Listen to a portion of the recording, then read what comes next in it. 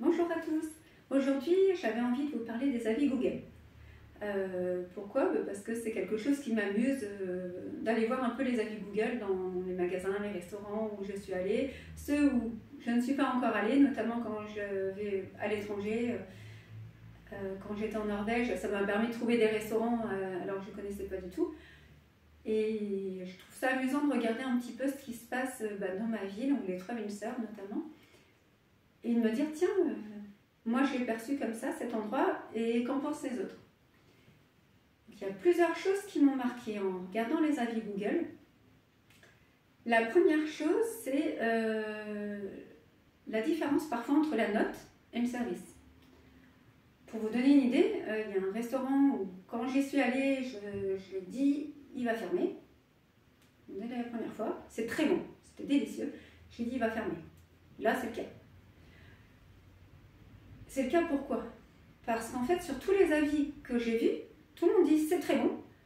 Par contre, on attend 3 plombes, j'ai pas eu le bon plat, j'ai pas eu ci, j'ai pas eu ça. Donc, qu'est-ce qui s'est passé? Pendant l'année, même les 2 ans où ce restaurant a été ouvert, il s'est passé qu'en fait, ils ont eu des avis et ils n'en ont pas tenu compte. Parce que des gens qui se sont plaints de ça, il y en a eu plein. Donc l'intérêt, on n'est pas à l'école. L'intérêt, c'est pas d'avoir une bonne note. Enfin, c'est super d'avoir une super note. Mais quand on regarde les avis, c'est des gens qui ne reviendront pas. Et dans des petites villes comme la nôtre, par exemple, on ne peut pas se permettre ça. Donc dans une grande ville, c'est pas grave, il y aura toujours des touristes, il y aura toujours du flux. On peut s'en sortir. Dans des petites villes, lisez vos avis Google, mais ne faites pas que les lire.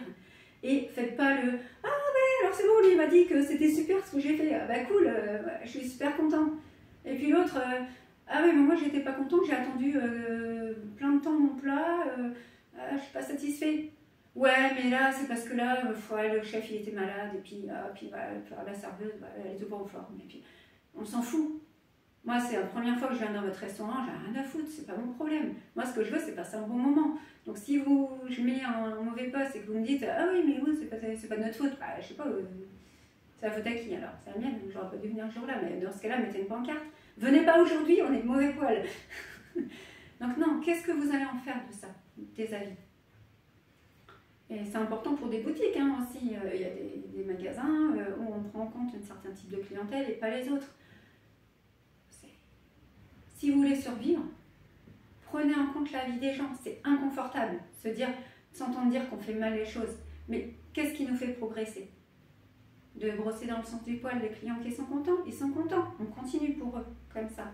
Et ceux qui ne sont pas contents, c'est eux qu'il va falloir convaincre que non, mais là, mince, on n'était pas au top et c'est pas bien, c'est pas sympa. Et je suis désolée de ne pas avoir été au top pour vous parce que j'étais au top la veille. Et voilà, qu'est-ce que je peux faire pour que le client soit content? Parce que on le sait qu'on n'était pas au top ce jour-là, mais ce n'est pas une excuse. On peut l'expliquer, mais on ne doit pas s'en servir pour se planquer. Voilà. Donc, qu'est-ce que vous allez faire de vos prochains avis? À vos doigts. À bientôt.